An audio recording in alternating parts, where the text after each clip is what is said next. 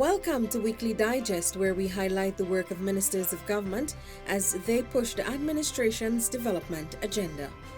Picking up from where we left off last week, a 24-hour counseling hotline has been launched by the Ministry of Health to help citizens cope with issues such as anxiety and depression.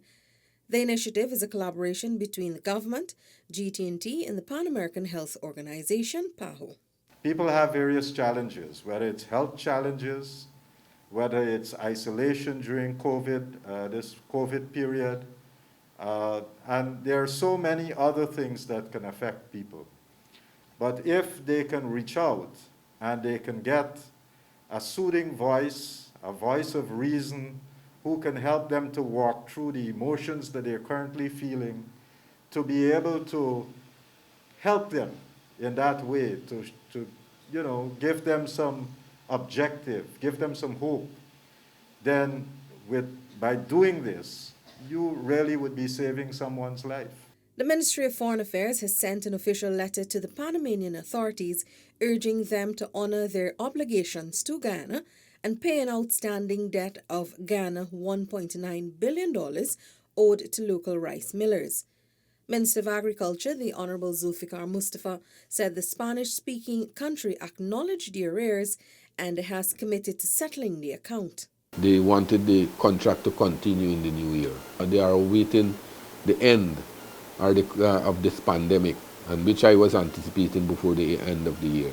So this afternoon I have with the GRDB, the General Manager will be here with me. We'll be calling the Minister of Agriculture in Panama to get a date when we can have this money get released. Minister Mustafa said government remains committed to recouping the sums and will continue to make representation for the rice industry. On Tuesday, the $191 million maternity wing at the New Amsterdam Hospital in Region 6 is slated for completion in 2021. This initiative will ensure more obstetrics and gynecology services are available. Regional Chairman David Armagan said it would also provide adequate pediatric doctors and more space for confidential conversations with women and girls about family planning. The wing will also offer more theatre services, a labour room, a birthing room, post-anesthetic unit, and an upgraded neonatal intensive care unit for improved neonatal care surgery and aftercare for both mother and child. Health officials throughout the country will soon have access to antigen testing kits. This follows the arrival of a shipment the government ordered last month. The test kits, which return results faster than the PCR test, were initially ordered for certain regions. However, Minister of Health, the Honorable Dr. Frank Anthony, has since said they would be used at all hospitals. We are adding these tests because it would allow the doctors and other healthcare personnel that is offering care at various health facilities to have something where they can check people immediately. It would also be used in our hospitals because a lot of times the doctors are a little bit skeptical about admitting patients because they need to know their status. And when you wait 24 hours, you have to put the patients in a transition area and wait until you're certain from the PCR. This would reduce that time because we would be able to test people, and if they're determined to be positive, then we can immediately isolate them. The first set of training on how the test is administered took place on Tuesday. Participants from hinterland regions will be given test kits to take back to their respective regions. As part of the 16 Days of Activism campaign against gender-based violence, First Lady Her Excellency Mrs. Arya Ali participated in a tree-wrapping exercise in the capital city. She was joined by Minister of Human Services and Social Security, the Honourable Dr. Vindhya Prasad, and representatives from the High Commission of Canada to Ghana and the United Nations. Mrs. Ali believes gender-based violence has worsened in the current pandemic. She said her office has been actively pursuing avenues to economically empower victims by helping them become financially independent. We are currently in discussion with vocational institutions to provide skills training to female entrepreneurs. and are exploring ways to provide financial capital to female-owned startups, especially in rural areas. Meanwhile, Minister Prasad urged everyone to play their part to stop gender-based violence. I want to send a strong appeal to everyone that it starts with all of us. It starts with the messaging that we have in our homes, reinforcement of those messages in schools, the wider community, and of course, by extension, the country. On Wednesday, the Ministry of Housing and Water is currently engaging the National Industrial and Commercial Investment Limited, NISL, and the Ghana Sugar Corporation, GAISUCO, to acquire lands to meet the demand for housing in Region 3. Minister within the Ministry of Housing and Water, the Honourable Susan Rodriguez, made this disclosure following an engagement with the chairpersons of 14 Region 3 Neighbourhood Democratic Councils, NDCs. The Region 3 demand is over 10,000 active applicants that are in the system for Region 3. So that's 1 year out of our entire 5-year program, if you look at it like that, of 50,000 house lots. Region 3's demand alone is 10,000. So we have to take a special approach to Region 3. We have to take a unique approach, and I think it is justified. A technical team, including representatives from the various agencies, has been established to decide on the proposed areas for housing development. On Thursday, Minister of Home Affairs, the Honourable Robeson Ben, received 2 motorcycles and accessories to the tune of approximately $2 million from RRT Enterprise to assist officers in the execution of their duties. I want to thank you again for your engagement, for your support, for your interest as someone too in the transport sector as a supplier. And I want to use the opportunity to suggest to other agencies and businesses to give similar support to the police for the assets they have to use for their operations. Minister Ben said the donation comes at an opportune time. He noted the challenge of the current COVID-19 pandemic and the increase in road accident and deaths. The Ministry of Health has donated personal care packages to the National Care and Treatment Centre, NCT, for HIV patients, adults and children who attend clinic at the facility. The donation is part of the Ministry's World AIDS Day 2020 initiative. Minister of Health, the Honourable Dr. Frank Anthony, expressed gratitude to the staff of the NCT for work done with patients. We have been engaged in the battle against AIDS for many, many years, and because of the success that we have had with treatment and care for patients, that's one of the reasons that we have patients surviving for so many years.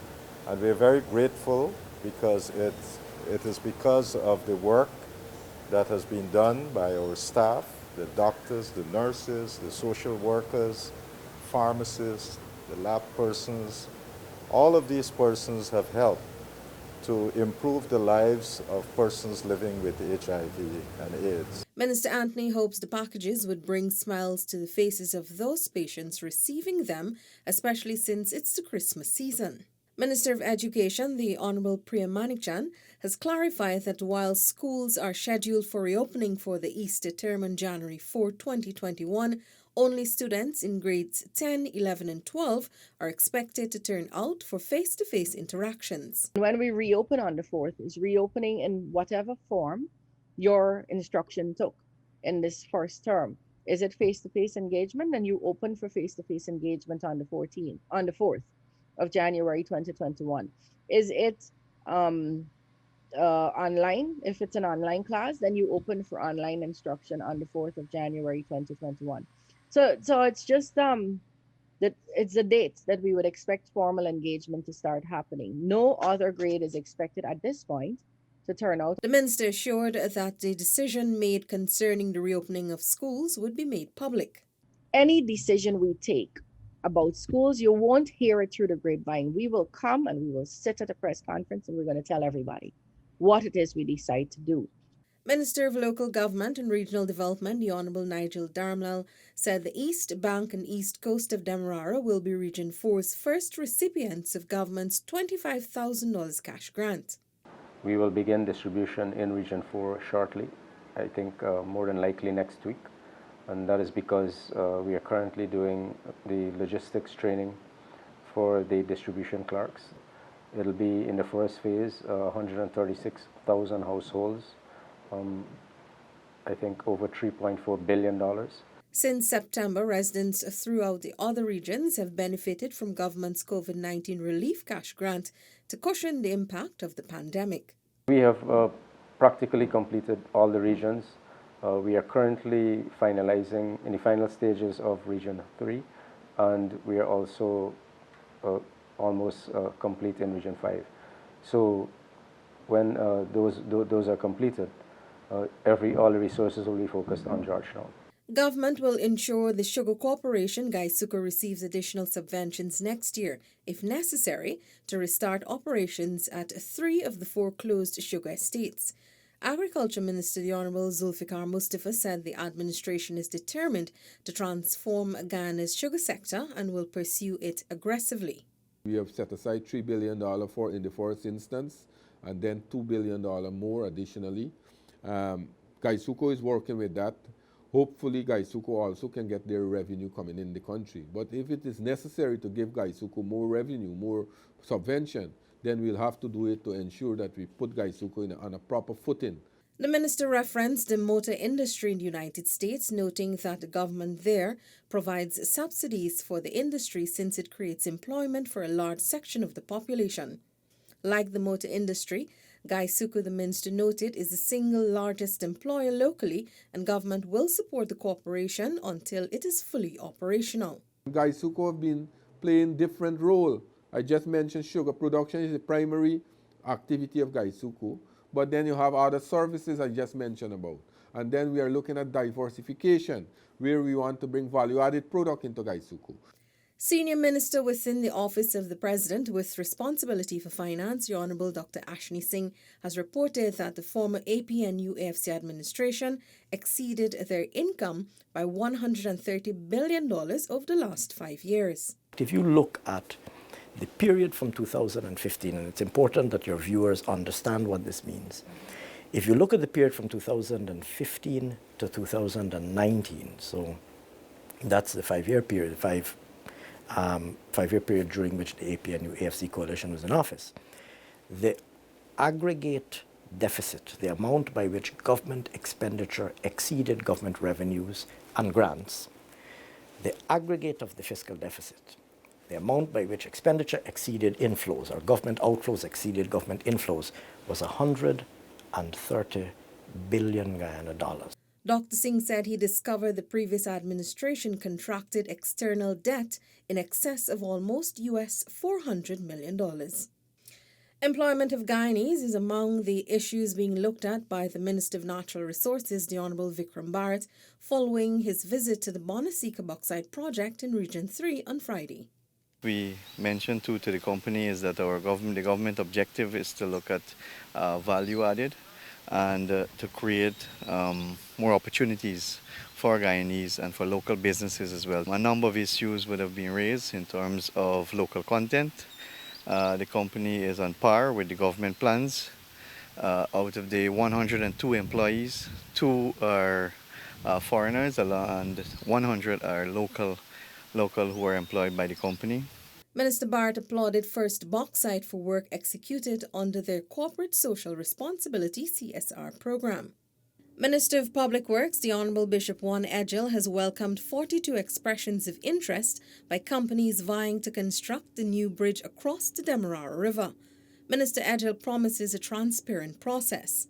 The rules of engagement will be transparency, accountability, and full disclosure to the people of Guyana. That's the assurances that the Irfan Ali administration would have come to government with. We will continue to keep faith with the people of Guyana in keeping with the principles of good governance. Construction of the new Demerara Harbour Bridge is a key step in government's vision to improve the country's overall transport infrastructure. Senior Minister in the Office of the President with responsibility for finance, Dr. Ashni Singh, also addressed the matter in a recent interview. We recognize that it is critical to have a crossing of larger capacity, not just to meet the immediate needs and to alleviate the challenges that are faced by the commuters of today, but also as part of our longer-term vision for upgrading and expanding the transport infrastructure of the country more broadly. A collaboration between the Ministry of Public Works, the Office of the First Lady, and the Ministry of Tourism, Industry and Commerce has produced a $5 million Kingston Seawall beautification project. The Georgetown Mayor and City Council holds responsibility for maintenance of the seawalls. However, Minister of Public Works, the Honourable Bishop One Edgell, reiterated government's dedication to improving the lives of all Guyanese through collaborative projects. For the benefit of all the people of Guyana, ensure that Guyana is a tourist destination where the people at the current hotels and the new hotels that will be coming on stream can be able to relax, as well as our own Guyanese. Government have to intervene. This project is expected to be completed by December 15. Minister of Human Services and Social Security, the Honourable Dr. Vindhya Prasad, on Saturday met women in Mocha. The activity was a walkthrough of the community during which the minister also distributed hampers. It's not only sitting in the ministry and hoping that systems work. I also want to come out and to make sure that systems are working, programs are efficiently and effectively delivered, and people are benefiting across the country from what the ministry offers. Here now is a look at Minister within the Ministry of Public Works, the Honourable Deodat Indar, spreading Christmas cheer at Parika. The event was organised by the Minister and Regional and Neighbourhood Democratic Council officials. All we are doing in this particular region is to make sure that we spread peace and love. We want to spread the spirit of Christmas to every household as much as we can reach. The team was joined by First Lady, Her Excellency Mrs. Arya Ali. That's it for this edition of Weekly Digest. For these and other government-related information, do log on to our website, dpi.gov.gy, and our social media platforms as well. Goodbye.